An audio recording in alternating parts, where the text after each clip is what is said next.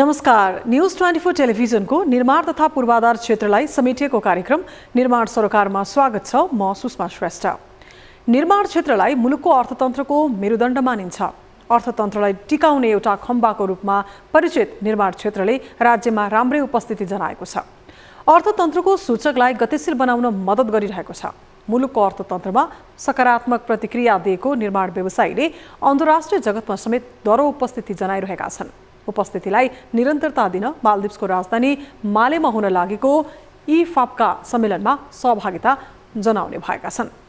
उक्त सम्मेलनमा निर्माण व्यवसायीले अन्तर्देशीय प्रविधि आदान प्रदान गर्ने भएका छन्। व्यवसायीले प्राप्त गरेका प्रविधिको मद्दतले स्वदेशमा निर्माण क्षेत्रलाई उचित लयमा लैजाने विश्वास समेत लिएको छ। 21 राष्ट्रका निर्माण व्यवसायी बीच सम्बन्ध विस्तार एवं सुदृढ हुने दावी समेत गरिएको छ। आगामी सम्मेलनको अगुवाई नेपाल निर्माण व्यवसायी महासंघले गर्ने भएको छ। यसको अध्यक्षता महासंघका अध्यक्ष रवि सिंहले गर्ने भएका छन्। यो विषय समग्र निर्माण क्षेत्र र मुलुकका लागि नै लाभदायी देखिएको छ। साथै प्रत्येक निर्वाचनमा उत्तरी नाका मतदाता तान्ने आकर्षक विषय बन्दै आएको छ। यो पटकको चुनावमा पनि दलका लागि उत्तरी नाका यो क्षेत्रका नागरिक रिझाउने बलियो आधार बनेको छ। तर प्रत्येक पटकको निर्वाचनमा दलको घोषणापत्रमा यो विषय दोहोरिने गरेको छ। अर्थात् दलले घोषणापत्रको प्रतिबद्धता पूरा गर्न चुकिरहेका छन्। बाचा पूरा नगर्दा दलको प्रतिबद्धता कागजमा नै सीमित बनिरहेको छ। यो निर्वाचनमा पनि विषय दोहोरिनेमा नागरिकले आशंका व्यक्त गरिरहेका छन्। कति बेला प्रतिबद्धता पूरा होला भनेर सुक्खा पहिरो, खण्डहर बजार, आधा भत्किएका घर टहरा र तलबाट भाँसिँदै गएको सडकले प्रतीक्षा गरेर बसिरहेका छन्। यस्तै निर्माण व्यवसायी र तिनका उपकरणमाथिको आक्रमणको श्रृङ्खला अझै रोकिएको छैन। बारम्बार भइरहेको आक्रमणमा महासंघले सम्बन्धित निकायको ध्यानाकर्षण समेत गराएको छ। मुलुकको धरोहर मानिएको निर्माण क्षेत्र प्रताडित हुँदा अर्थतन्त्र थप चलायमान नहुने भन्दै सुरक्षाको माग राखिएको छ। माग सम्बोधन नभए देशव्यापी प्रदर्शनमा उत्रिने चेतावनी महासंघले दिएको छ। व्यवसायको हितका लागि भए पनि सरकारले यो विषयलाई गम्भीरतापूर्वक लिनुपर्ने देखिएको छ। अब पालो हेडलाइन्सको। इफाप्का सम्मेलन मालदिप्सको राजधानी मालेमा हुने। सम्मेलनमा पूर्वाधार क्षेत्रको अन्तर्देशीय प्रविधि आदान प्रदान गरिने। आगामी निर्वाचनमा उत्तरी नाका दलको प्रमुख एजेन्डा बन्यो। पहिले जस्तै बाचा पूरा नहुनेमा सर्वसाधारणको चिन्ता बढ्दो। प्रमुख दलको प्राथमिकतामा पूर्वाधार क्षेत्र पर्यो। मतदाता रिझाउन मात्रै दलको घोषणापत्र आएको आम नागरिकको गुनासो। निर्माण व्यवसायी र उपकरणमाथिको आक्रमण रोकिएन। सरकार व्यवसायको सुरक्षामा पुनः चुके। कडा आन्दोलन गर्ने महासंघको चेतावनी। र स्वदेशी निर्माण व्यवसायको प्रतिनिधित्व अन्तर्राष्ट्रिय जगतमा पुग्यो। आगामी सम्मेलनको अगुवाई महासंघको अध्यक्षतामा हुने भयो।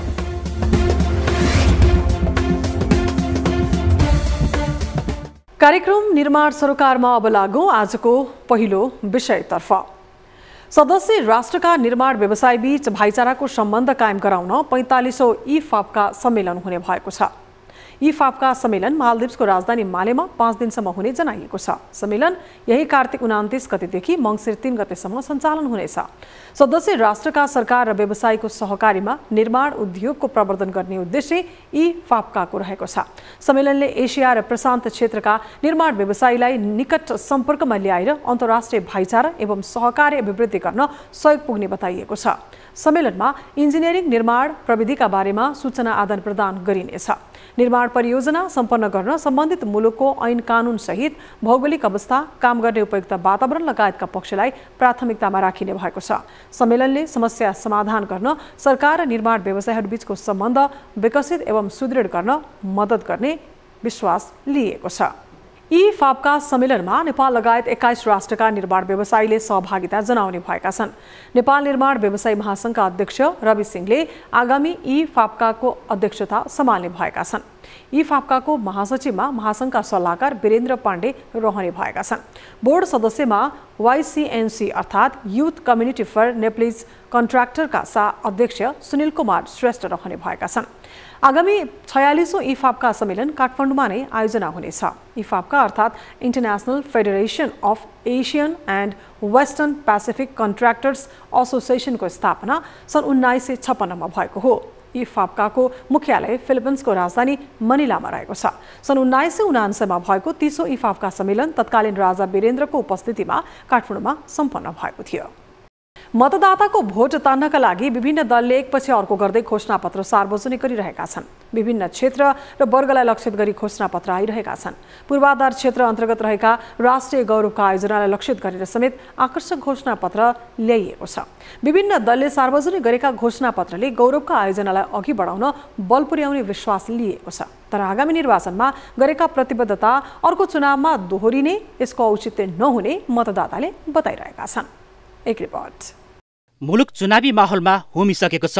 दल मतदाता रिजाउन घर दैलो अभियानमा लागिरहेका छन्। दलले सार्वजनिक गरेका घोषणापत्र बताउँदै ध्यान तान्ने धुनमा रहेका छन्। अरू दलको भन्दा आफ्नो प्रतिबद्धता आकर्षक देखाउने होडबाजी नै चलिरहेको छ। शहरदेखि गाउँसम्म नै दल नागरिकको घर दैलोसम्म पुगिरहेका छन्। मतदातालाई रिजाउन पूर्वाधार क्षेत्रलाई लक्षित गरी आकर्षक घोषणापत्र पनि एकपछि अर्को गरी आइरहेका छन्। पूर्वाधार अन्तर्गत रहेका राष्ट्रिय गौरवका आयोजनालाई लक्षित गरी घोषणापत्रमा विभिन्न प्रतिबद्धता आएका छन्। मुलुकका प्रमुख दलले पूर्वाधार क्षेत्रका राष्ट्रिय गौरवका आयोजनाका बारेमा घोषणापत्रमा गरेका प्रतिबद्धता यस्ता छन्। नेपाली कांग्रेसको घोषणापत्रमा हुलाकी राजमार्ग, मध्य पहाडी लोकमार्ग, मदन भण्डारी लोकमार्गलाई प्राथमिकतामा राखिएको छ।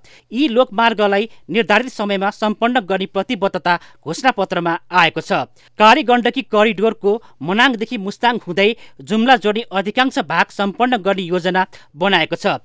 मेची, कोशी, सगरमाथा, तमोर, काली गण्डकी, भेरी, कर्णाली र महाकाली करिडोर आगामी 5 वर्षमा सम्पन्न गर्ने कांग्रेसको घोषणापत्रमा उल्लेख छ।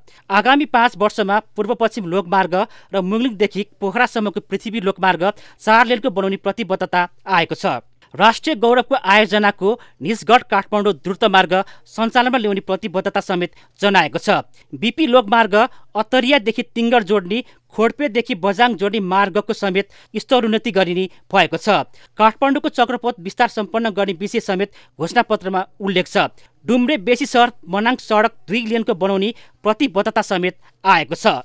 आगामी 5 वर्षमा पूर्व पश्चिम राजमार्ग, उत्तर दक्षिणका कोरिडोर राजमार्गलाई विकास तथा विस्तार गरिने प्रतिबद्धता एमालेको घोषणापत्रमा आएको छ। निर्माणाधीन राष्ट्रिय राजमार्ग, रणनीतिक महत्त्वका राजमार्गलाई आगामी 5 वर्षभित्र सम्पन्न गरिने विषय समेत समावेश गरिएको छ। स्थानीय तहका वडा केन्द्रलाई पालिका र पालिका केन्द्रलाई प्रदेश राजधानीसँग जोड्ने सडकको निर्माण कार्यलाई तीव्र गतिमा अघि बढाइने भएको छ। स्थानीय तहका सदरमुकाम, वडा केन्द्र र विद्यालय, स्वास्थ्य संस्था, कृषि फर्म, उद्योग व्यवसाय स्थल तथा मुख्य बजार केन्द्रसम्म कालोपत्रे सडक निर्माणको कार्यलाई अघि बढाउने प्रतिबद्धता समेत आएको छ। ढुवानी लागत, यात्रा समय र सवारी साधनको क्षति कम गर्न सडकको दूरी छुट्याउने विषय एमालेको घोषणापत्रमा आएको छ।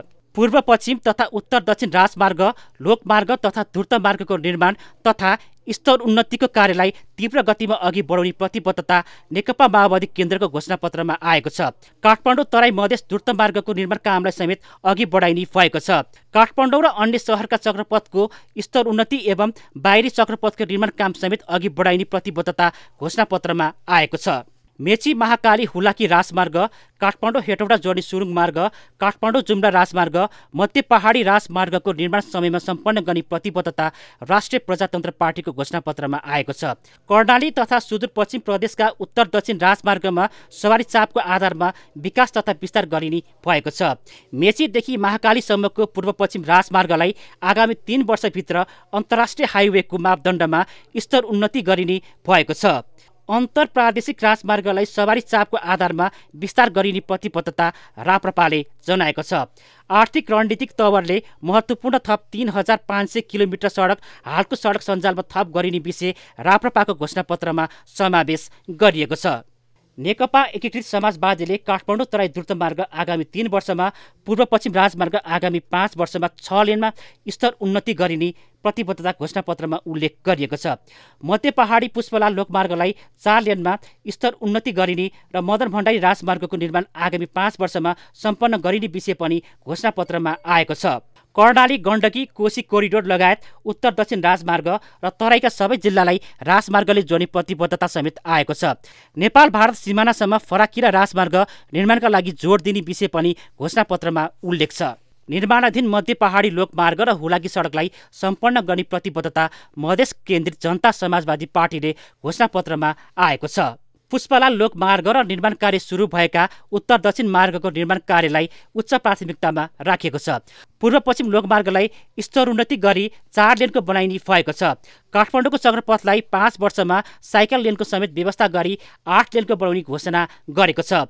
भित्री मधेस कोरिडोरको धरान हेटौडा लोकमार्गलाई पाल्पाको रामपुरसम्म विस्तार गरिने एवं ताप्लेजुङदेखि दार्चुलासम्म हिमाली क्षेत्रका मूल बस्तीलाई जोड्ने गरी हिमाली लोकमार्गको सम्भाव्यता अध्ययन गरिने घोषणापत्रमा उल्लेख गरिएको छ।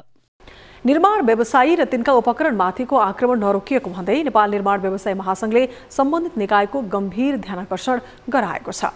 काठमाडौँमा महासंघका महासचिव रोशन दाहालले विज्ञप्ति जारी गर्दै निर्माण व्यवसायी र तिनका उपकरणमाथि आक्रमण भएको घटनामा भत्सना गरेको जनाएका हुन्। ओखलढुङ्गा जिल्लाको वाङ्गेखोला केउरीनिटार शाखा सडक मर्मत योजनामा प्रयोग भएको एक्जाभेटरमा आगजनीको घटनामा महासंघले विरोध जनाएको छ।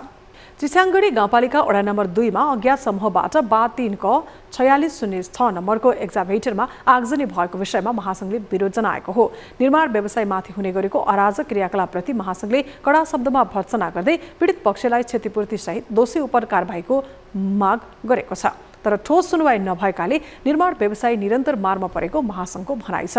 शान्तिपूर्ण र सुरक्षित वातावरण बिना विकास निर्माणको काममा गम्भीर असर पर्ने एवं निर्माण उद्योग नै धराशयी हुने र हजारौं व्यवसायी पेसाबाट पलायन हुने अवस्था आएको महासंघले जनाएको छ। मागको उचित सम्बोधन नभए व्यवसायी र तिनका उपकरणको सुरक्षाको मागसहित देशव्यापी प्रदर्शनमा उत्रन बाध्य हुने महासंघले उल्लेख गरेको छ। मुलुक संघीय तथा प्रदेश निर्वाचनमा होमिएको समयमा सृजित घटनाप्रति महासंघले विरोध जनाएको हो। उक्त विषयमा महासंघले प्रधानमन्त्री, मन्त्री, सचिव लगायत सरकारवालाको पनि गम्भीर ध्यानाकर्षण गराएको छ। लामो समयदेखि एकतर्फी रूपमा सञ्चालनमा आइरहेको उत्तरी नाका यसपटकको चुनावको मुख्य एजेन्डा बनिरहेको छ। चुनाव ताका नाकाको समस्या धेरै चर्चामा आउने गर्छ, तर चुनाव सकिए लगतै न नाकाको समस्या सम्बोधन हुन्छ न घोषणापत्रमा राखिएका नाकाको प्रतिबद्धता नै पूरा हुन्छ। दलले नाकाप्रति घोषणापत्रमा गरेको प्रतिबद्धता पूरा हुनेमा नागरिकले यसपटक पनि आशंका व्यक्त गरिरहेका छन्। एक रिपोर्ट। 2072 सालमा गएको भूकम्पका कारण सिन्धुपाल्चोकको तातोपानी नाकामा ठूलै क्षति पुर्यायो। तातोपानीको भौतिक संरचना लगभग प्रयोग गर्न नमिल्ने बनेको थियो। बजार सुनसान बन्यो भनी चहल पहल लगभग शून्यमा छर्यो। यो सँगै चीनसँग जोडिएको तातोपानी नाका एकतर्फी बन्यो। हाल चिनिया पक्षको संरचना लगभग बनिसकेको छ भनी नेपालको संरचना नबनेकाले सुनसान बनेको हो। मितेरी पुलदेखि खासासम्मको 7 किलोमिटर सडक चीनले तयार गरेर संरचना उठाउँदैछ, तर नेपालतर्फको लिपिङमा करिब 25 वटा आधा भत्किएका एवं जीर्ण भवन मात्रै रहेका छन्। उक्त स्थानमा मानव बसोबासको वातावरण न्यून छ। भोटेकोसीको बाढीले विभिन्न स्थानमा कटान गरेसँगै कोदारी राजमार्गलाई समस्यामा पारेको छ। हाल कोदारी राजमार्गको 26 किलोमिटर बल्ल मर्मत सम्भार गर्न थालेको छ। भौतिक संरचनाको अभावमा नाका सुचारू नहुँदा त्यसका स्थानीय बासिन्दाको आर्थिक गतिविधि चलायमान बन्न सकिरहेको छैन। चुनावमा मत तान्नका लागि नाकाको मुद्दा नै घोषणापत्रको मुख्य एजेन्डा बन्ने गरेको छ। यस पटकको प्रदेश र प्रतिनिधि सभा चुनावका लागि दलले नाकालाई मुख्य एजेन्डा बनाइरहेका छन्। घोषणापत्रमा आकर्षक प्याकेज पनि ल्याएका छन्, तर सुक्खा पहिरो, खण्डहर बजार, आधा भत्किएका घर टहरा, तलबाट भासिँदै गएको सडकले घोषणापत्रको प्रतिबद्धतालाई कुरेर बसिरहेका छन्। अध्यागमनका कर्मचारी र तैनाथ सुरक्षाकर्मी पनि नाका खोल्ने प्रतीक्षामा छन्। 2074 सालको प्रतिनिधि सभा निर्वाचनमा माओवादी केन्द्रले नाकालाई एजेन्डा बनाएर जित हासिल गरेको थियो। यसपटक पनि विभिन्न दलले नाकालाई मुख्य मुद्दा बनाएर यस स्थानमा चुनाव लडिरहेका छन्। मतदाताको ध्यान तान्न दलका उम्मेद्वार घर दैलोसम्म पुगिरहेका छन्। चुनाव अघि गरेका आकर्षक प्रतिबद्धतालाई दलले पूरा गरे नाकाको समस्या समाधान हुनेमा दुविधा छैन, तर विगतको जस्तै प्रतिबद्धता आकर्षक बताएर कागजमा सीमित राख्ने परम्पराको अन्त्य नभए आगामी चुनावमा पनि दलको घोषणापत्रमा यो विषय दोहोरिनेमा दुई मत छैन। मतदातालाई रिझाउनका लागि प्रत्येक चुनावमा आकर्षक घोषणापत्र ल्याउनुको सट्टा प्रतिबद्धतालाई कार्यान्वयनमा लैजान आवश्यक देखिन्छ। अब कार्यक्रम निर्माण सरोकारमा पालो भएको छ निर्माण अन्तर्वार्ताको। निर्माण क्षेत्रलाई मुलुकको अर्थतन्त्रको एउटा खम्बा नै मानिन्छ। आर्थिक क्रियाकलाप चलायमान बनाएर अर्थतन्त्रको सूचकमाथि बढाउन ठूलै भूमिका निर्वाह गर्दछ। स्वदेशमा दरो उपस्थिति जनाउने निर्माण व्यवसायीले विदेशमा समेत वर्चस्व जमाउनु सामान्य विषय होइन। स्वदेशी निर्माण व्यवसायीले मालदिप्समा हुन लागेको इफापका सम्मेलनमा प्रतिनिधित्व जनाउने भएका छन्। नेपालसहित 21 राष्ट्रका निर्माण व्यवसायीले सम्मेलनमा सहभागिता जनाउने भएका हुन्। सम्मेलनमा अन्तर्देशीय प्रविधि साटासाट गरिनेछ भने भाइचाराको सम्बन्ध विस्तार हुने पनि दावी गरिएको छ। मुलुकका लागि सम्मेलन दरो कडी बनेको छ। उचित लाभ लिन सके मुलुकले उभो गति लिने पक्का छ। सम्मेलनबाट कतिको फाइदा लिन सकिन्छ, प्राप्त गरेको ज्ञानलाई कता प्रयोग गर्न सकिन्छ, अर्थतन्त्रको सूचकलाई कतिको सकारात्मक बनाउन सकिन्छ भनेर हाम्रा सहकर्मी रबिन ठकुरीले नेपाल निर्माण व्यवसाय महासंघका महासचिव रोशन दाहालसँग कुराकानी गरेका छन्। प्रस्तुत छ महासचिव दाहालसँग गरिएको कुराकानी।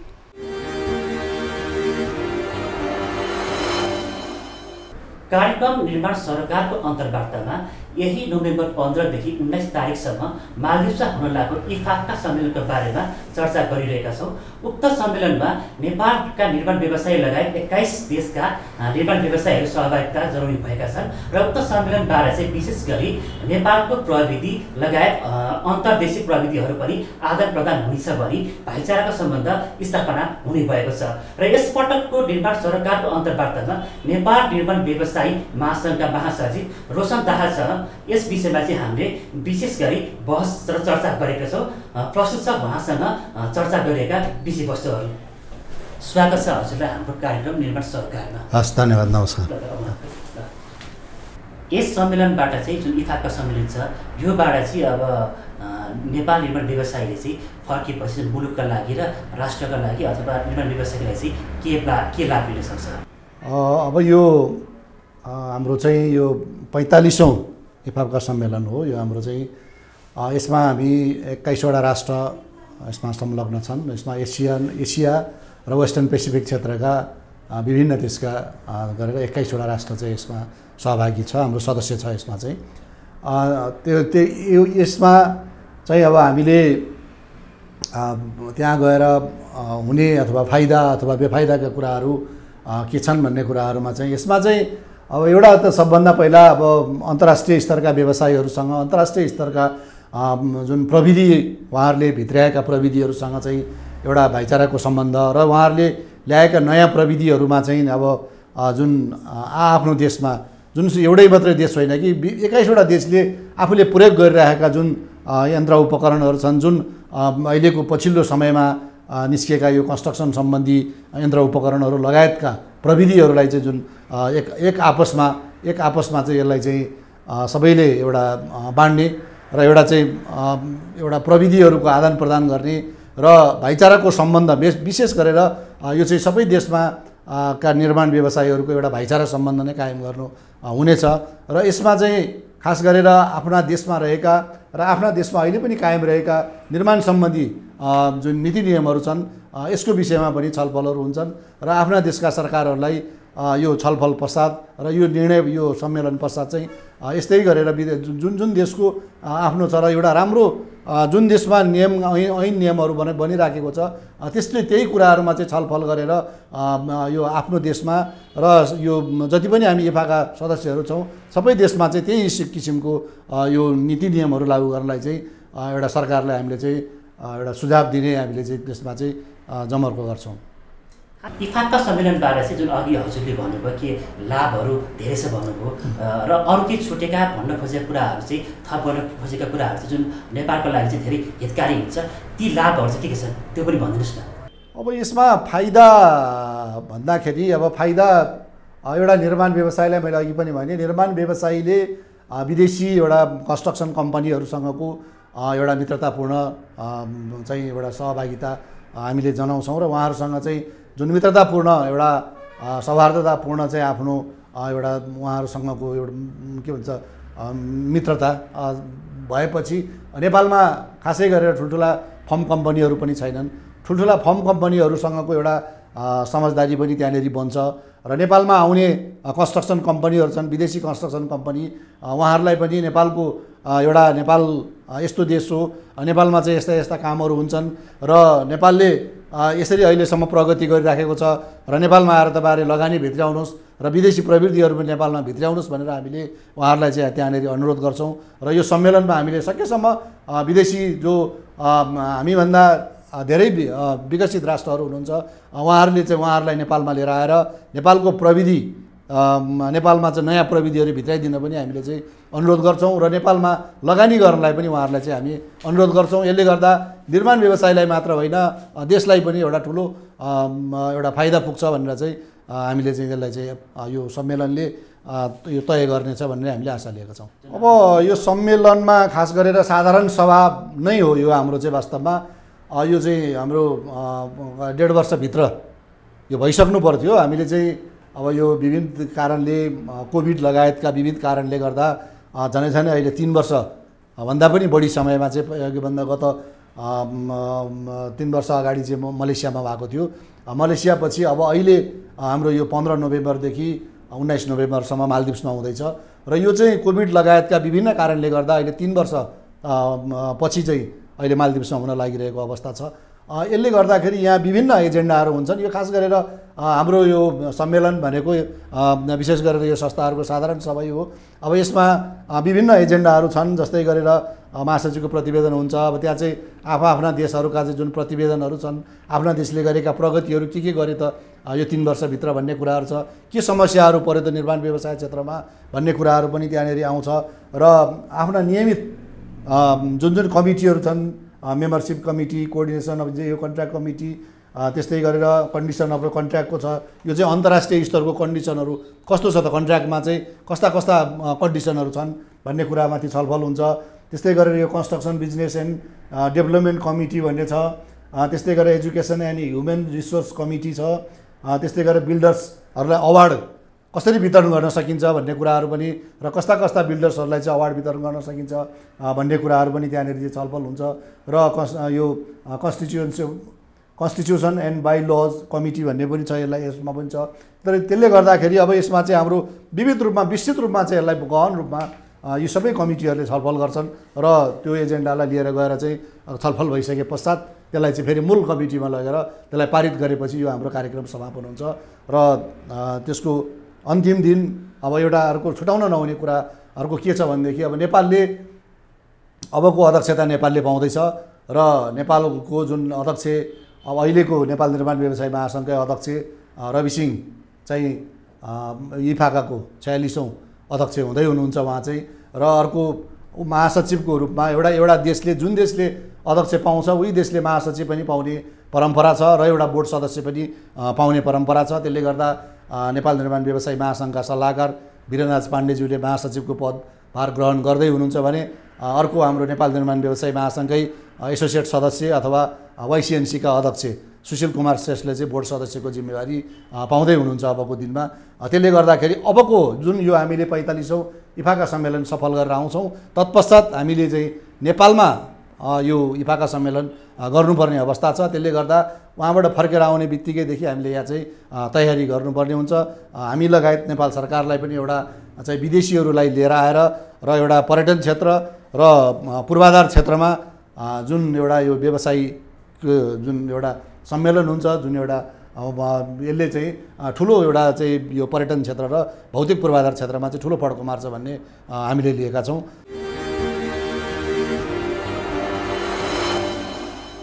आजको लागि कार्यक्रम निर्माण सरोकार यति नै। तपाईको आफ्नो स्थानीय क्षेत्रमा भएका विकास निर्माण तथा निर्माण क्षेत्रका विषयमा कुनै पनि गुनासो तथा समस्याहरू छन् भने हामीलाई सम्पर्क गर्न सक्नुहुनेछ। विकास निर्माण क्षेत्रमा लक्षित निर्माण सरोकार कार्यक्रममा समावेश गर्न सकिने विषयवस्तु तथा सामग्रीको विषयमा तपाईको केही सुझाव तथा प्रतिक्रिया छ भने हामीलाई मोबाइल, भाइबर र इमेलबाट 24 हेल्प डेस्कमा समस्या र गुनासो गर्न सक्नुहुनेछ। अहिलेलाई बिदा दिनुहोस्। नमस्ते।